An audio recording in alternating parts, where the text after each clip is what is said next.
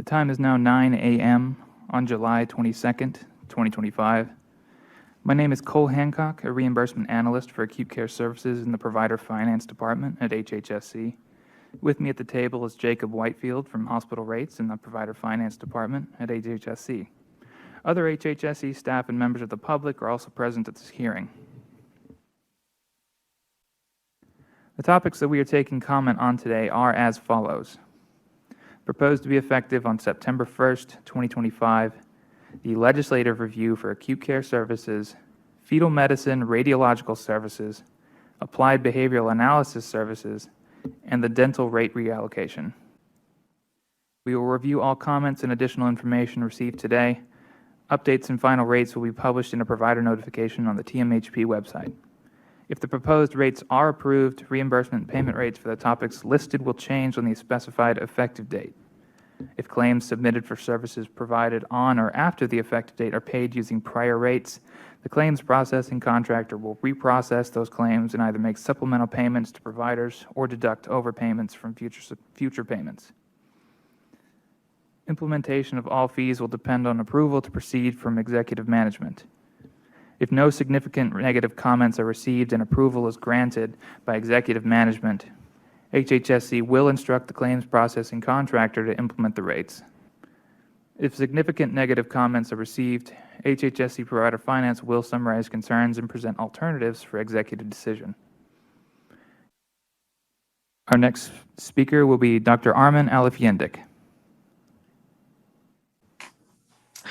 Good morning. I'm Dr. Armin Alifiendik. I'm a board-certified pediatric internist in Waxahachie, Texas. I treat Medicaid-enrolled children, many with special health care needs.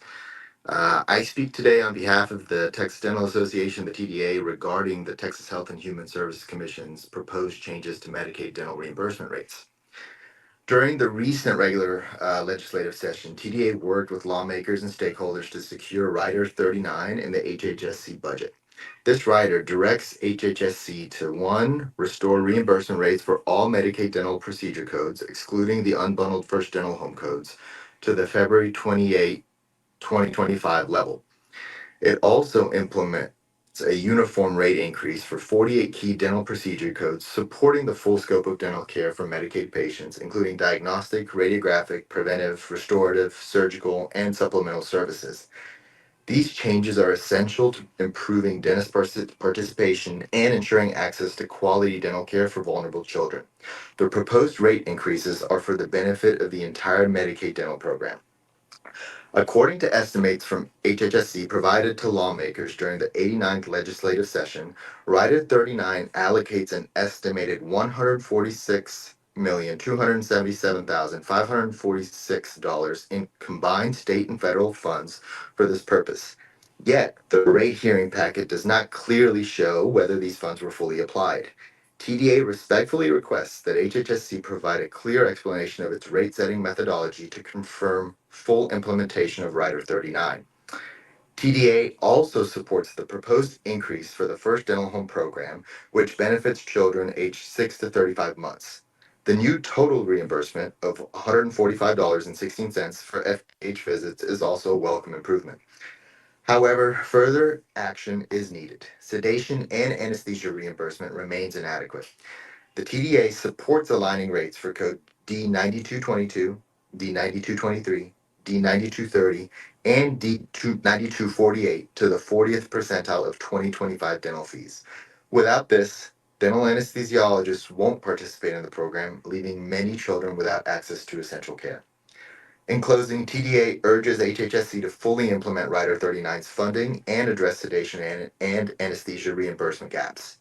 These steps are vital to maintaining a Medicaid dental network capable of meeting the needs of Texas children. Thank you for your commitment and for improving the access to dental care. Thank you for your testimony. Our next online speaker will be Ayam Nahas. Please give your name, job title, organization, and home city. Hello, my name is Aham Nahas. I'm a dentist in Houston, Texas. I've been a Medicaid provider for over 10 years, and I see mainly children in my office that have Medicaid. They make up the majority of my patients. So I just wanted to express my disappointment with this fee revision. The ADA Health Policy Institute lists Medicaid fees for Texas children's dental care at 42.1% of private dental fees for 2024, which was already pretty difficult to deal with. I mean, we've experienced about 50% inflation since 2007 when the last real fee increase was. So this 5% increase that we're seeing on this fee revision is really insufficient. It's a slap in the face, honestly. It's insulting.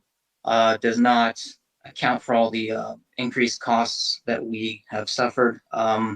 And what's worse than that is the reversion to the pre-March 1st fees on several codes that are just unthinkable. I mean, the ceramic crown fee went up from 252 to 698, and now it's going back down to 252. So if you think about the 42% number, I mean, this is way lower than that. That doesn't even, I don't think, reach 25% of an average fee for a crown.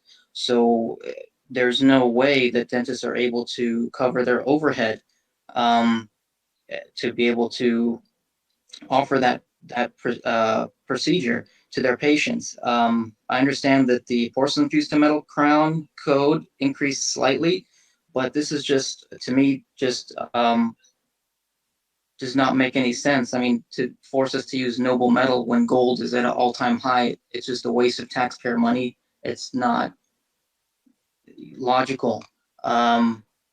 Furthermore, on molars, porcelain fused to metal and porcelain crowns are not covered at all.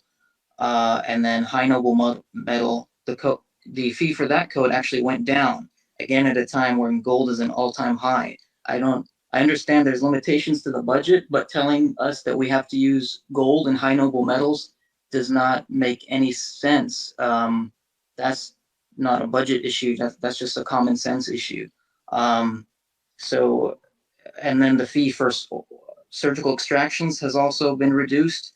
I'm not sure how you can expect dentists to do surgery practically for free. It's just, I'm just shocked at this fee schedule, and I just wanted to express that it's extremely disappointing, and I'm sure it will result in many of us leaving the Medicaid system. Thank you for your testimony.